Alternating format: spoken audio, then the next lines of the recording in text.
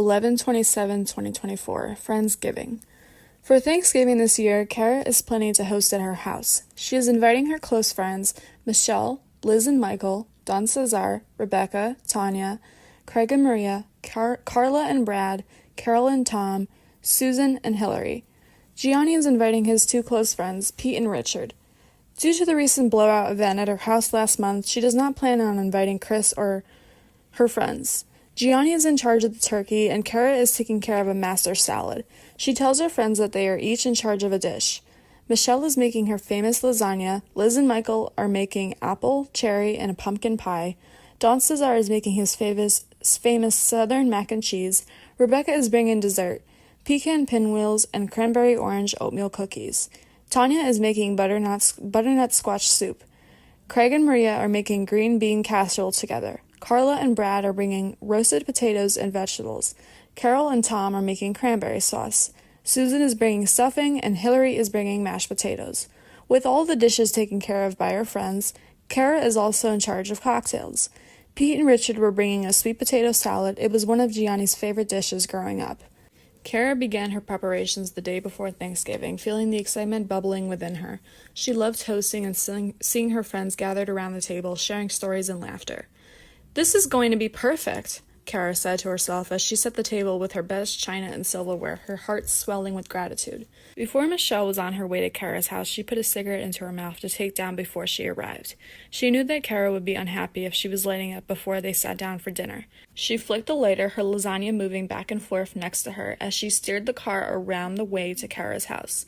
They were having dinner around 5, but Cara wanted her friends to show up earlier, the time window being around 4 to 4:30. However, Cara didn't mind if Michelle showed up a little earlier. It was nice to have some company around the house. She twisted and turned through the wavy roads of Newtown on the way to Cara's house. About 20 minutes later, and she had made it. She turned the car off, grabbed the lasagna with one hand and her cigarette burning in the other.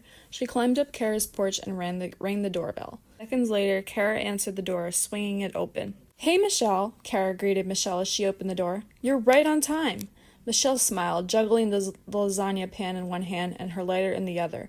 "I wouldn't dream of being late," she said, taking a deep breath of her cigarette before quickly exhaling, trying to hide the evidence of her habit from Cara. "Please put that out before you come inside," Cara reassures her. "I just don't want Gianni smelling cigarette smoke while he's cooking." Michelle chuckled nervously. "Oh, don't worry, Cara, I will. I just wanted my quick fix before coming inside," she says, smirking. Cara rolls her eyes jokingly. "I swear, you and your quick fixes," she teases. "You're addicted to cigarettes as much as I am to cocktails." Hey, Michelle laughs, holding up her hands in mock surrender. "Don't get me started on your love for cocktails." Cara grins, ushering Michelle inside. "Fair enough," she says, guiding her towards the dining room, "but I'm still the one making drinks tonight." Michelle puts her cigarette out, stomping and throwing the butt onto the driveway. "Smells so good in here, Cara. I'm so excited to be spending Thanksgiving with you and all our friends," Michelle says, stepping inside as Cara leads her into the dining room where she set up a beautiful fall flannel tablecloth on the table and beautiful china silverware to match. "I don't know what I would do without you guys. I would be spending Thanksgiving alone. I don't have much family out here," she sniffles, remembering how she'll be alone for the holidays. "Oh, Michelle, it's no problem. You know I don't mind having you here," Cara says. "You're my best friend.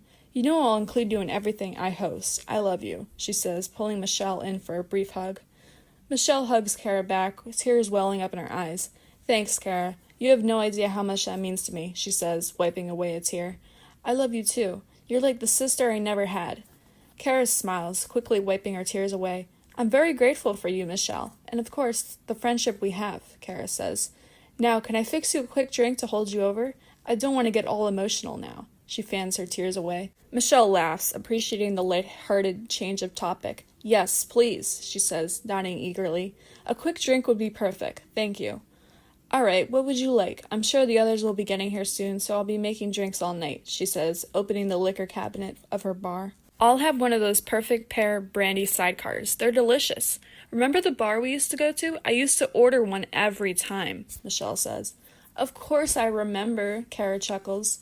Those were the days, weren't they? You always loved the perfect pair of brandy sidecars, and I always loved watching you get drunk off them. Cara starts gathering the ingredients. I swear, I don't know anyone who gets giggly quite like you do when you're tipsy. Ha! Great. Yeah, it's a good thing I'm a happy-go-lucky funny drunk and not an angry drunk, like someone we know. Michelle chuckles and coughs quietly. Chris, she blurts out. Cara rolls her eyes, shaking her head in playful disapproval. Don't even get me started on her. I'm glad she's not here, ruining the mood like she always does. I have to say, Gionni says, interrupting, I'm very glad you took my advice this time and didn't invite a raging drug addict. She would have found some fucked up way to ruin this night. Gionni forces a chuckle. I'm glad too, Cara says, nodding in agreement. I didn't want to take any chances, not after last time. She shudders at the memory of her Halloween ball in October, Chris's last party crash, which ended untoward. No need for any unnecessary drama tonight. That Halloween ball was a disaster, Gionni comments. However, it was fun for a little while. I'm glad you got to spend time with your friends and eat good food before she showed up an hour late, Gionni says, making fun of the conversation. Her bursts out laughing. I swear, Chris has a talent for showing up late and ruining everything. And don't even get me started on her attitude that night. She was a nightmare. I don't want to blame our friend Don for what happened, but if he hadn't recalled the story of her, Liz, and Marnie in that office that day, nothing would have happened, Michelle says. Oh, believe me, I don't think that Chris would have let that shit go, even if Don hadn't said anything before. Liz came in here ready to blow, and that's why I had to talk to her beforehand. She started it, if anything. But I'm not holding that against her. She's a good friend, and she knows her boundaries. She just wanted to confront her, and of course the mix of alcohol and cigarettes got to her, and she started a huge debacle. I forgive her, of course, but I just wish things had gone smoothly. She should have pulled her to the side and talked to her privately. Getting Don and I involved was not the answer, and of course the mix of drugs and alcohol became an issue, Cara says, shrugging. She finished mixing Michelle's drink and hands it to her. Here you go, love. Enjoy, Cara smiles. Michelle takes the drink graciously. Thank you, Cara, she says, raising the glass to her lips. And you're right. Liz should have handled it differently, but we all make mistakes when we're drunk, don't we? Yes, but while that is true, I think that Chris should have talked to me about her feelings. She didn't have to blow up like that. Imagine Marnie was invited. That shit would have taken a huge turn, especially since Chris and Marnie do not get along. Liz and Marnie never had closure, unfortunately, so they would be fighting the entire night, Cara says. Ugh, don't even say it, Michelle groans. If Marnie and Chris were in the same room, it would be a disaster waiting to happen. Those two can't stand each other. Yep, and can you imagine the amount of skeletons and grudges Chris has in her closet? They're not even close to all of the shit Marnie's holding back. Chris doesn't even know Marnie's in recovery, so let's keep it that way. Right, Cara says, her voice lower. If Chris knew about Marnie's recovery, she would definitely use it against her the first chance she got, and knowing her, she probably wouldn't hold back. But enough about that, Michelle says, changing the subject. How was your morning, Cara? Are you guys having a good day? Oh, it was fine, Cara replies, grateful for the topic change. I spent the morning getting everything ready for tonight. You know me, I like to be prepared. Yeah, it was peaceful. Just been slaving my ass away in this kitchen, Gionni giggles. It's nice to have some company now, though, Gionni says. Oh, stop it, Cara laughs. You know you love cooking for us. You're always experimenting with new recipes and techniques. You know I'm just joking, babe. I really love cooking for you. It reminds me of my childhood. Family gathered around the table while my mother works hard cooking in the kitchen all day, Gionni chuckled. About half an hour until the turkey is ready. Time to relax, he says, checking the thermometer. That sounds lovely, Cara says, smiling warmly. I can't wait to try your turkey. I'm sure it'll be as delicious as always. I'm gonna head upstairs for a shower, Gionni says, taking his apron off. Talk amongst yourselves, he says, hurrying upstairs. So, Michelle, Cara calls out sweetly, taking a seat next to her at the table. Have you heard from Jorge since our night out? She asks curiously. Michelle takes a sip of her drinks, a small smile playing at the corners of her mouth. Well, actually, she says, drawing out the word, we've been talking a lot lately. Really? That's good. I'm so happy for you. What have you guys been talking about? Cara asked, glancing at the clock. It wasn't even 4 p.m. yet. Oh, you know, just regular stuff, Michelle says, a hint of bashfulness in her voice. What we've been up to, what we've been planning for the holidays, stuff like that. And I'm sure he's spending Thanksgiving with his family and friends? Cara asks, intrigued. Michelle nods. Yeah, he's spending it with his family. He invited me to come, but I figured it would be better to spend it with you guys. Aw, how nice. I'm sure you guys can find time during the week to go out for dinner. He'd love that, Cara smiled. Yeah, I think so too, Michelle nods. We're planning to go out next week, actually. I'm really looking forward to it. Aw, how sweet. Michelle, I am so happy for you. Cara reaches over to caress her hand. I'm so glad you're talking to someone and moving on from that bastard, she chuckled. Michelle laughs, a mixture of humor and bittersweetness in her expression. Yeah, me too. He was a real jerk, wasn't he? I just find it so convenient. He gets a new job in Palm Springs and then just packs up and leaves in a rush. No goodbye, no closure, nothing. Of course, I know he ran away from that suspension Don was planning on giving him for those PDA acts we committed on campus. I did my deed and served the suspension. It's hilarious to me how it all worked out, she says, sipping on her cocktail. Ugh, don't remind me. He was such a coward. Cara wrinkled her nose, repulsed by the mere thought of him. And you know what they say. Karma always catches up with you eventually.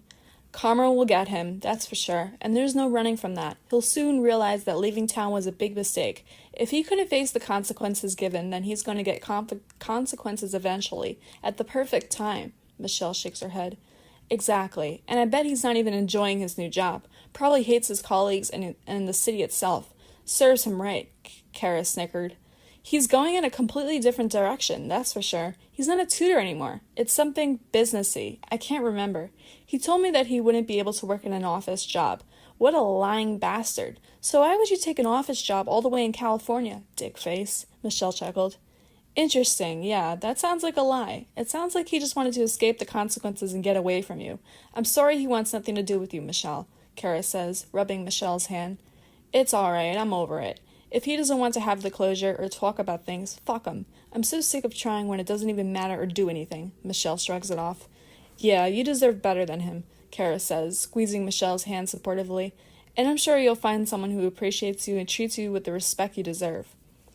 Well, I'm glad to have met Jorge, that's for sure. He makes me feel very safe and loved. I really appreciate him. Even though we've just had met, I can feel that we have a strong connection, Michelle says, smiling. That's wonderful, Cara says, genuinely happy for her friend. I can tell he really cares about you, and you deserve someone who makes you feel valued and deserving of love. Yeah, he's kind, considerate, and a real gentleman, Michelle gushes. He always makes sure I'm comfortable and asks for consent before doing anything.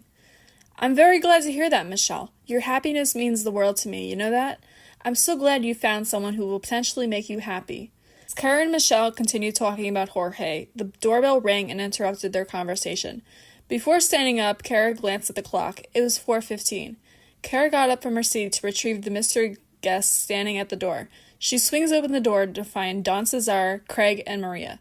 Hey, nice to see you guys. Thank you for coming. Those dishes smell wonderful, Cara says, hugging them.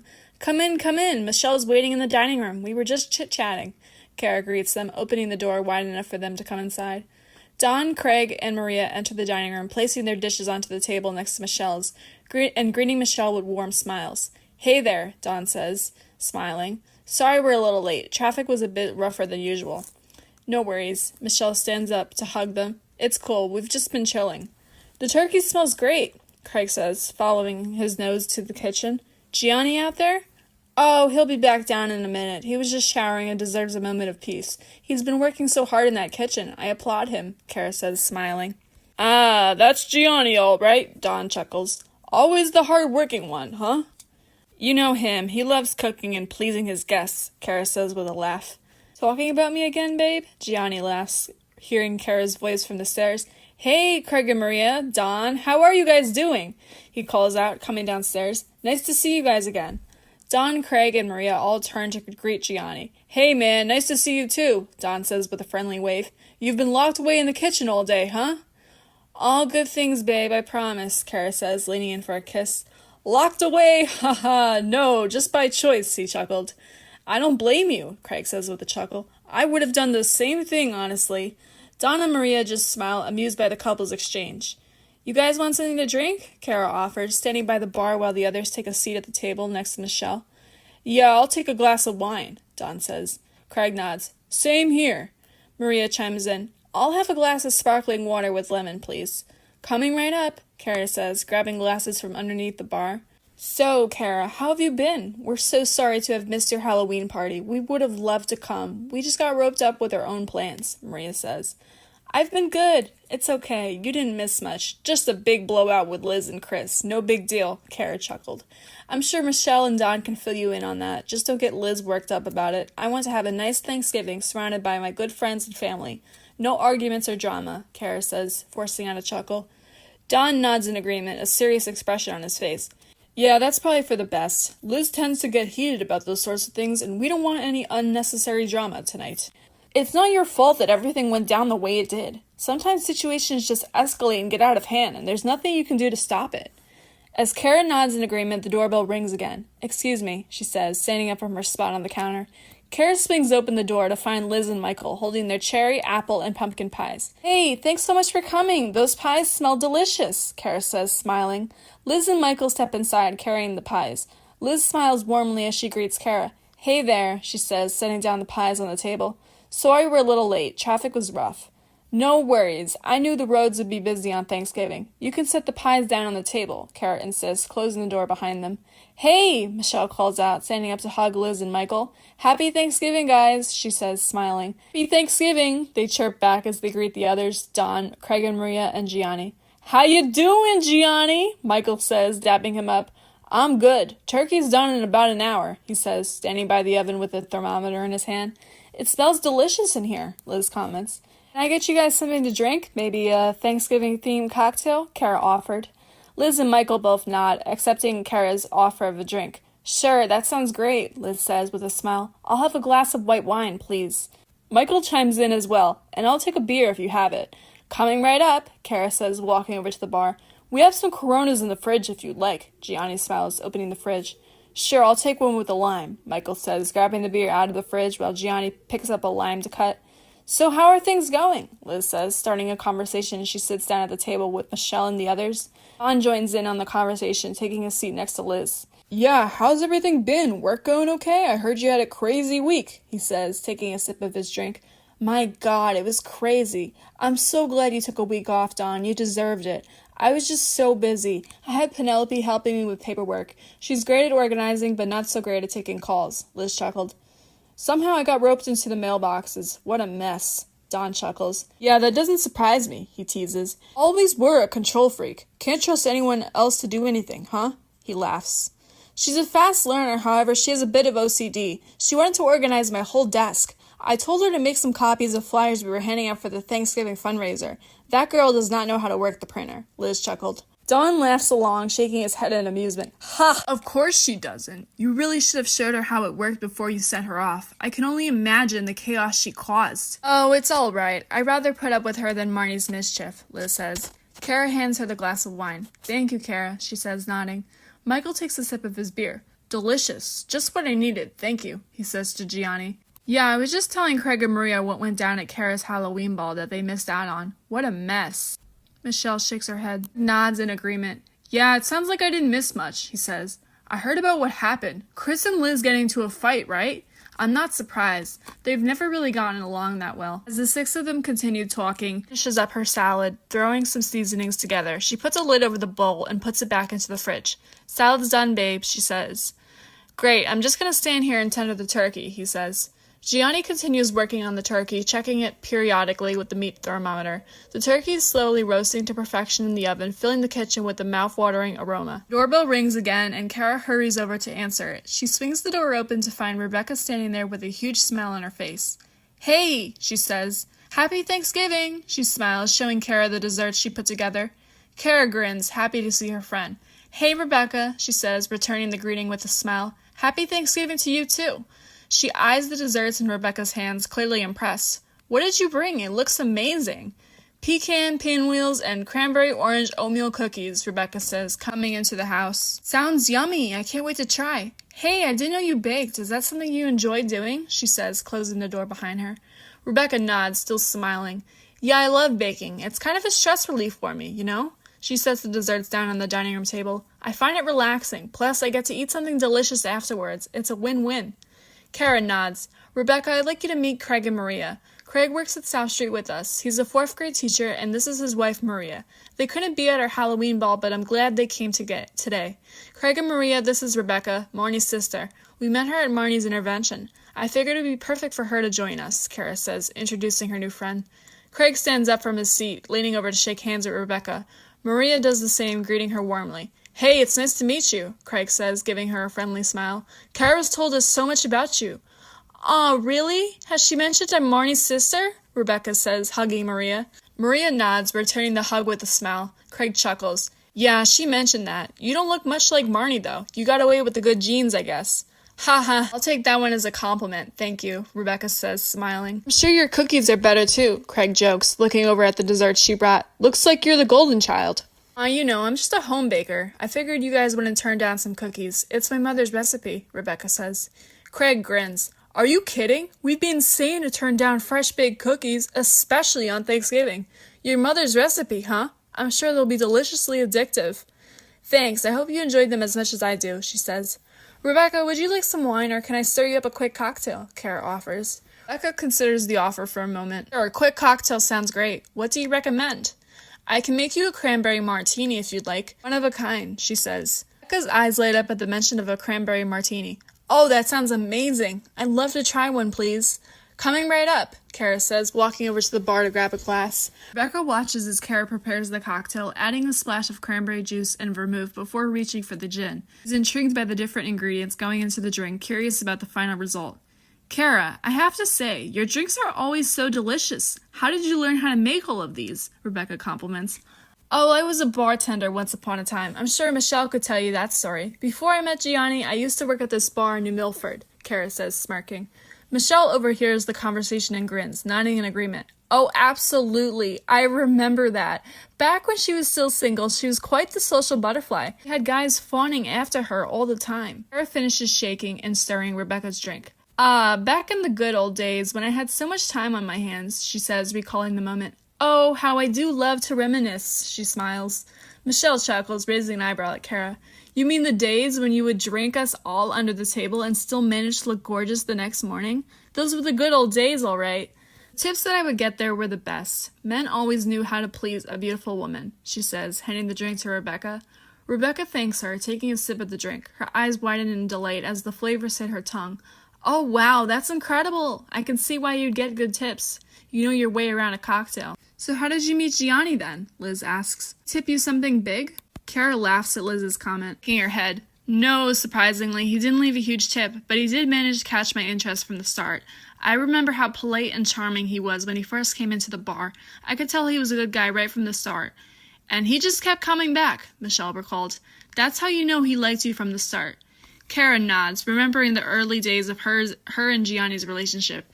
Yeah, he definitely made sure to come back often. It didn't take me long to realize he was interested in more than just my cocktail skills. And the rest is history, as they say, Cara says, daydreaming. You really know how to spice up my life, Gionni giggles, leaning in for a kiss. Aw, how romantic. You two are my favorite couple, Rebecca grinned. Cara blushes slightly, feeling a warm smile spread across her face as Gionni leans in for a kiss. Hearing Rebecca's compliment just adds to her contentment. Aw, thank you, she says, still smiling. We like to think we're pretty great together. Rebecca nods. Now, how did you become a teacher? Did you know you wanted to work with kids before you had a son? She asked curiously. Cara thinks for a moment, recalling her journey into education. Well, it's a funny story, actually. Back in college, I always thought I would end up working in the corporate world. I had my sights set on a career in business, but then things changed once I graduated and started working. I quickly realized that I didn't enjoy the cutthroat environment. I see, so you decided to take your career in a different direction, then. After you met someone special at your job? Rebecca says. Cara nods, confirming Rebecca's assumption. Yeah, exactly. After I met Gionni, I realized I wanted something different. I wanted a career that felt more meaningful and fulfilling. That's when I started considering teaching. I always enjoyed working with kids, so it seems like a natural fit. Cara continues, reflecting on her decision to pursue teaching. It wasn't an easy decision to make, though. I had to go back to school for my master's degree, and I had to deal with a lot of uncertainty about the future. But I knew it was the right path for me, and now I can't imagine doing anything else. As Cara reminisces on her past days before becoming a teacher, the doorbell rings again, catching her attention and bringing more guests to the door. Hillary and Susan were standing in the doorway, carrying their mashed potatoes and stuffing. Cara excuses herself from the conversation with Rebecca and heads over to the door, greeting Hillary and Susan warmly. "Hey, you guys made it," she says with a grin. Come in, the more the merrier. And you brought the mashed potatoes and stuffing? You're a lifesaver." Hillary and Susan step into the house, carrying the dishes that they had prepared. They greet Cara and the others inside, making their way to the kitchen. "Yeah, no problem," Hillary says, setting down the stuffing on the counter. "I figured you all had enough to deal without worrying about the sides." "Hey, nice to see you guys. How you doing?" Susan says, pulling Craig and Maria in for a hug. Hillary greets the others. Liz and Michael, Rebecca, Don, Gionni, and Michelle. Everyone exchanges hugs and pleasantries, happy to see each other. Craig smiles, returning Hillary and Susan's embrace. "Hey there, long time no see. We're doing great. How about you?" "I'm so happy to be here and happy to be spending Thanksgiving with all of you." Susan smiles, hugging Craig and Maria. Maria returns the hug warmly, smiling back at Susan. "We're glad you're here too," she says. "It's always great to spend time with good friends, especially during the holidays." Michael agrees, chiming in. "Yeah, the more the merrier. I love me some mashed potatoes. Thanks for bringing the best side dish ever, by the way," he says with a grin. Craig chuckles, nodding in agreement. "Michael, you and your love for mashed potatoes, I swear, it's like you were born to eat them." Liz rolls her eyes, pretending to be annoyed. "Oh, don't encourage him. You know how much of a glutton he is when it comes to mashed potatoes." "So, what's been going on?" Hillary asked. "Have we missed anything?" "Oh boy, you two have missed a lot," Michelle says, grinning mischievously. "Where do I even start?" "Tell them about the amazing man named Jorge you met at the club last week. What a dream," Liz chuckled. Michelle chuckles, shaking her head. "Oh yeah, Jorge, the man who claimed he could dance and turned out to be a very enthusiastic shuffler. And a romantic. They were on the dance floor together for an hour," Liz smirks. Michelle rolls her eyes, amused by the memory. "Oh, Liz, you make it sound so much more exciting than it was. We just chatted and danced a bit. Nothing too crazy. And he bought you a drink, flirted with you, and you guys exchanged numbers," Liz says. Michelle blushes slightly, unable to deny the truth. "Well, yeah, all those things happened, but it doesn't mean anything. We just had a nice time, that's all." As Michelle continued to tell Susan and Hillary about her romantic mate named Jorge, the doorbell rang again. Cara stood up from her seat at the counter and hurried over to answer the door. It was Tanya, holding her butternut squash soup. "Hey," she calls out as Cara opens the door. "Hey, glad you can make it. Carla and Brad should be here soon. They were right behind me as I was turning onto your street. They might have stopped for gas, though. I think I lost them," she chuckled. Cara laughs, stepping aside to let Tanya into the house. Okay, I'll just stand here by the door and wait for them." "Come inside," says, ushering her through the door. "Everyone's gathered into the living room. You can set your dish on the table." "Gianni's finishing up the turkey while we wait for more guests to arrive," Cara says. Tanya nods, carrying her squash soup into the dining room and setting it down on the table. "Thanks, it looks like everybody's already here. And Gianni's got the turkey handled? That's good to hear." "Yes, would you like something to drink?" Cara offered. Tanya considers the offer for a moment before nodding. "Yeah, that would be great. Do you have any wine? A glass of red wine would hit the spot." "Yes, I'm sure Gionni can fix you a glass of wine. I'm just going to wait here until Carla comes," Cara says. Tanya smiles. "All right, sounds good. I'll just hang here with you then. Can't wait to see what Gianni's cooked up for us tonight."